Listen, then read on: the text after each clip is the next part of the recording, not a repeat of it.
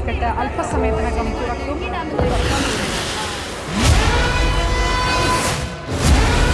3 ദിവസമായി എന്റെ ഭർത്താവ് കടലിൽ പോയിട്ട്.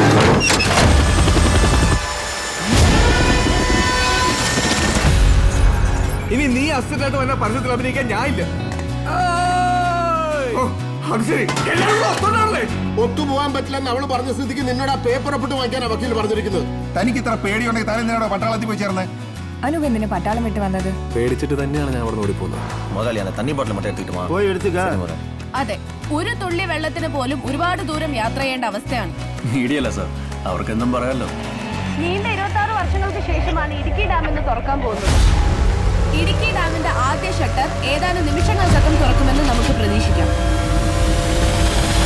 ചെറുതോണി ഡാമിന്റെ ഷട്ടറുകൾ വഴി കൂടുതൽ ജലം പുറത്തേക്ക് ഒഴുക്കിയിരിക്കുന്നതിനാൽ മുഴുവൻ ആളുകളും ജാഗ്രത പാലിക്കണമെന്ന് അറിയിക്കുകയാണ്. ഡാം തുറക്കാൻ പോകാറുന്ന ലാസ്റ്റ് മൊമെന്റ് പറഞ്ഞാൽ ജനം എന്ത് ചെയ്യും? സാധാരണയിലും അധികമായി വെള്ളം കയറിയ സാഹചര്യത്തിലാണ് നമ്മൾ കാണുന്നത്.